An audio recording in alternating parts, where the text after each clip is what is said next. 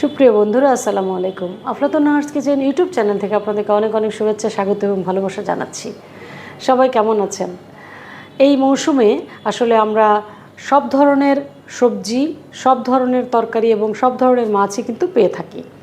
তো আজকে আমি যে রেসিপিটি নিয়ে এসেছি সেটা হচ্ছে একটা জলপাই দিয়ে, এখানে জলপাই আছে, জলপাই দিয়ে ট্যাংরা মাছের ঝোল।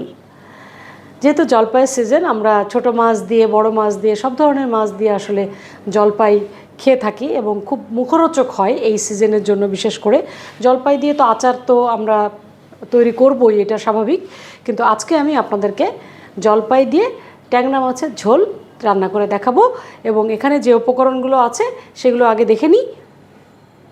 ট্যাংরা মাছ নিয়েছি, এখানে আমি বেগুন দিব, বেগুন দিলে এই তরকারিটা অনেক মজা হয়। আর এখানে আমি জলপাই রেখেছি, জলপাইগুলো একটু চিড়ে রেখেছি, একদম সেদ্ধ করা না, কাঁচা কিন্তু এটা। আর পেঁয়াজ কুচি, রসুন বাটা, আদা বাটা, এটা হচ্ছে পাঁচফোড়ন, ধনে পাতা, আর এখানে মরিচ, শুকনো মরিচ, কাঁচা মরিচ, আর টমেটো কুচি রেখেছি। আর এখানে রিমিনিস কর্নারের কিছু মশলা আপনারা দেখতে পাচ্ছেন, যেটা কারি মশলা, হলুদের গুঁড়া, মরিচের গুঁড়া, জিরা গুঁড়া, লবণ লাগবে। আর পুরো রান্নাটা করব আমি সরিষার তেল দিয়ে। তো আসুন সরাসরি চুলাতে চলে যাই। আমি চুলা অন করে দিয়েছি। এখন ফ্রাই প্যানে মোটামুটি গরম, সরিষার তেল দিয়ে দিব 1/4 কাপ। এই রান্নাটাতে একটু সরিষার তেল বেশি লাগবে, তাহলে একটু মজা হবে। আর সরিষার তেল চুলায় দেওয়ার সাথে সাথেই একটা যে ফোমি একটা ভাব থাকে, সেটাও কেটে যাবে। এখানে আমি কিছু পাঁচফোড়ন দিয়ে দিচ্ছি এবং শুকনো মরিচ আস্ত, আর এটা মিডিয়াম ফ্লেমে রাখতে হবে। এরপরে কিছু কাঁচামরিচ ফালি করা এটা, আর পেঁয়াজটা 1 কাপের একটু বেশি, মানে 1.4 কাপ আর কি, সোয়া কাপ। এটা একটু পেঁয়াজটা বেশি দিলেও খুব মজা হয় এটা। এখন আমরা এটাকে হালকা গোল্ডেন ব্রাউন করে ভেজে নিব, তারপরে অন্যান্য মশলাগুলো দিব।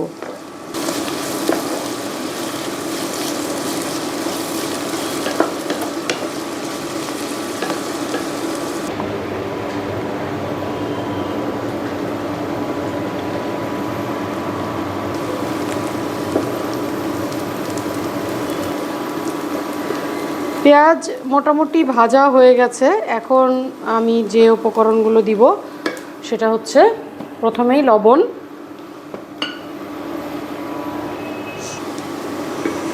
লবণ দিব 2 চা চামচ। এরপরে আদা বাটা 1 টেবিল স্পুন, রসুন বাটা 1.5 টেবিল স্পুন,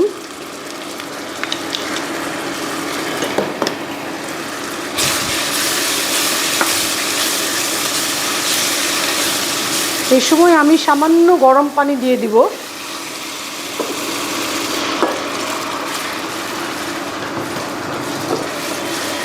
এরপরে আমি একে একে হলুদের গুঁড়া 1 চা চামচ, মরিচের গুঁড়া আমি 1 চা চামচ দিয়ে দিব, কারণ এখানে শুকনো মরিচ এবং কাঁচা মরিচের ফালিও দিয়েছি। আর এটা জিরা গুঁড়া 1 চা চামচ। আর এই যে কারি মশলা, এই কারি মশলাটাও আমি এখানে 1 চা চামচ দিব। এরপরে নামানোর আগে আমি সামান্য দিব। এরপরে খুব সুন্দর করে এটাকে, মশলাটাকে কষিয়ে নিতে হবে, এবং এই সময় আমি আরও একটু পানি দিয়ে দিব। মশলাগুলো খুব সুন্দর করে কষানো হয়ে গেছে। এখন আমি টমেটো দিব, এবং টমেটো দেওয়ার সাথে সাথেই মাছ দিয়ে দিব।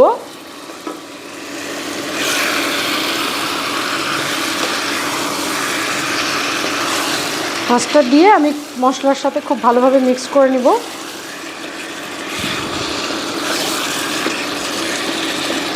এটা এত লোভনীয় একটা ডিশ যে শুধু এই ডিশটা দিয়েই আপনি পুরো ভাত খেয়ে নিতে পারবেন। হ্যাঁ, মানে এটা একদম একটা আচারি একটা ফ্লেভার আসবে, যেহেতু আমি 5 ফোড়ন দিয়েছি এবং পরে জলপাই দিব, আবার টমেটোও দিয়েছি। এখন ঢেকে দিচ্ছি কিছুক্ষণের জন্য।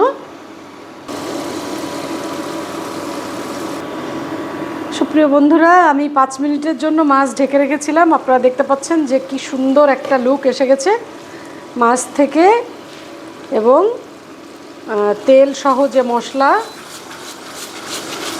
এখন একটু এভাবে ঝাঁকিয়ে দিলে সুন্দর লাগবে। আর এরপরে আমি যেটা দিব সেটা হচ্ছে বেগুনগুলো সব দিয়ে দিব, আর জলপাই। এখানে আমি কয়টা জলপাই নিয়েছি? 6টা জলপাই এখানে দিয়ে দিলাম।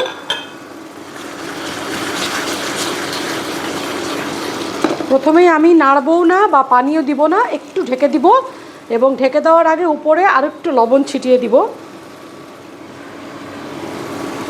Just pinch.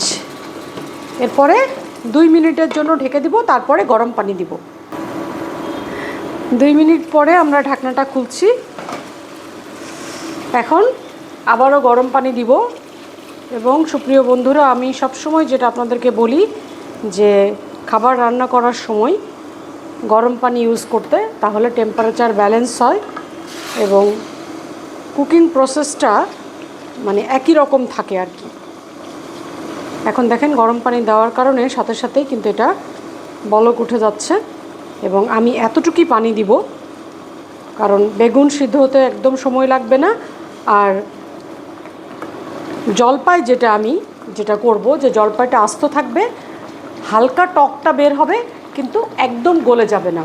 কারণ এই একদম গলে যাওয়া জিনিসটা আমি পছন্দ করি না মাছের সাথে। কারণ একদম গলে গেলে কি হয় যে বেশি টক হয়ে যায়, তখন আর মাছটা ভালো লাগে না। মানে ফার্স্ট টাইম ভালো লাগে, কিন্তু সেকেন্ড টাইমে তো আমরা খাই, তাই না? যে দুপুরে রান্না করে রাতেও তো খাই, তো সেই সময়টা আর ভালো লাগে না, বেশি টক লাগে, বাচ্চারাও খুব একটা পছন্দ করে না। তো আমি যেটা প্রেফার করি যে এইভাবে চিড়ে দিই এবং হালকা টকটা বের হয়, সেটাতে অনেক বেশি মজা লাগে। আর যারা জলপাইগুলো আস্ত তুলে খেতে পছন্দ করেন, তারা খেতেই পারবেন এই রেসিপিতে। তো এখন আবারও ঢেকে দিব সেদ্ধ হওয়ার জন্য জলপাই এবং বেগুন।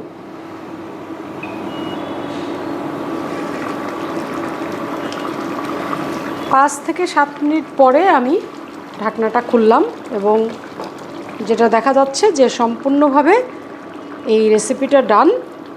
এই যে দেখেন জলপাইগুলো কিন্তু আস্ত আছে, কিন্তু সিদ্ধ হয়ে গেছে। এই যে আমি একটু দেখাই, এই যে।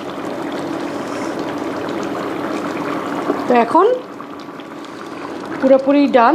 এখানে যে উপকরণটা দিব, এটা একটু ব্যালেন্স করার জন্য জাস্ট একটু চিনি, যেহেতু এখানে টক আইটেম, যার কারণে, আর ধনেপাতা এবং কিছু কাঁচামরিচ, যেটা লাল এবং সবুজ, যেটা সবসময় আমার ফেভারিট, এটা উপরে দিয়ে দিব।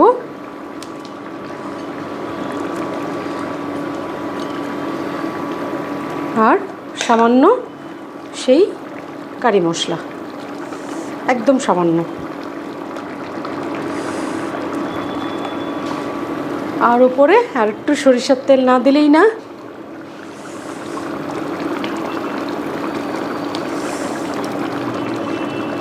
ব্যাস, জলপাই দিয়ে ট্যাংরা মাছের ঝোল আমি আপনাদেরকে করে দেখালাম। কত কুইক রেসিপি এবং কত সহজ রেসিপি আপনারা দেখতে পেলেন। চুলা বন্ধ করে দিচ্ছি এবং ঢেকে দিব। আমাদের পরিবেশনের পালা এখন। তো আপনাদেরকে কিছু কথা বলে নিই যে এই ধরনের মাছের যে রেসিপিগুলো আমাদের বাঙালি ঐতিহ্যকে বহন করে, সেই ধরনের অনেক মাছের রেসিপি নিয়ে আমি আসব। নানা ধরনের মাছ বাংলাদেশে পাওয়া যায়, তো সেই মাছগুলো নিয়ে আমি মাছের রেসিপি নিয়ে আমি আপনাদের সাথে আসব অবশ্যই। আপনারা Aflatun Nahar's kitchen YouTube channel subscribe করে পাশে থাকবেন এবং আপনাদের গুরুত্বপূর্ণ মতামত দিয়ে আমাকে জানাবেন যে রেসিপিগুলো আপনাদের কেমন লাগছে। আর অবশ্যই চ্যানেলটির সাথে থাকবেন, তাহলেই চ্যানেলের গ্রোথ হবে। এটাই হচ্ছে আমার আপনাদের কাছে আবেদন। তো আমরা এখন পরিবেশনে চলে যাই। সুপ্রিয় বন্ধুরা, তৈরি হয়ে গেল জলপাই দিয়ে ট্যাংরা মাছের ঝোল। দেখেন কি সুন্দর করে আমি পরিবেশন করেছি এরকম মাছের প্লেটে সুন্দরভাবে। আর এখানে আমি পোড়ানো পেঁয়াজ দিয়েছি এবং কিছু মরিচ দিয়েছি। আর বেশি কিছু দেওয়ার আমার মনে হয় প্রয়োজন পড়বে না, কারণ এমনি দেখতে এতটা লোভনীয় এবং এতটা সুস্বাদু যে আপনারা যখন বাসায় ট্রাই করবেন তখন বুঝতে পারবেন যে আসলে এই ধরনের রেসিপি আমাদের দেশীয় ঐতিহ্যকে যেমন বহন করে, তেমনি আমাদের জিহ্বার স্বাদকেও অনেক গুণ বাড়িয়ে তোলে। তা আমরা সেজন্যই বিভিন্ন ধরনের রেসিপি যেগুলো দেশীয় ঐতিহ্যবাহী সেই রেসিপিগুলো বাসায় ট্রাই করব। এমন না যে আমরা বিদেশের রেসিপি খাবো না, তা কিন্তু আমি বলিনি। তবে আমাদের দেশকে এবং দেশীয় ঐতিহ্যকে ধরে রাখতে হলে আমাদের দেশি খাবারগুলোকেই আসলে আমাদের প্রতিনিয়ত পারিবারিক পরিবেশে পরিবেশন করতে হবে এবং বিশ্বের দরবারেও আমাদেরকে এই রেসিপিগুলো তুলে ধরতে হবে। এই দায়িত্ব আমাদের। আপনাদের সবার জন্য শুভকামনা। আপনারা সবাই ভালো থাকবেন, সুস্থ থাকবেন এবং স্বাস্থ্যসম্মত খাবার খাবেন। স্টে ব্লেসড, ইট হেলদি।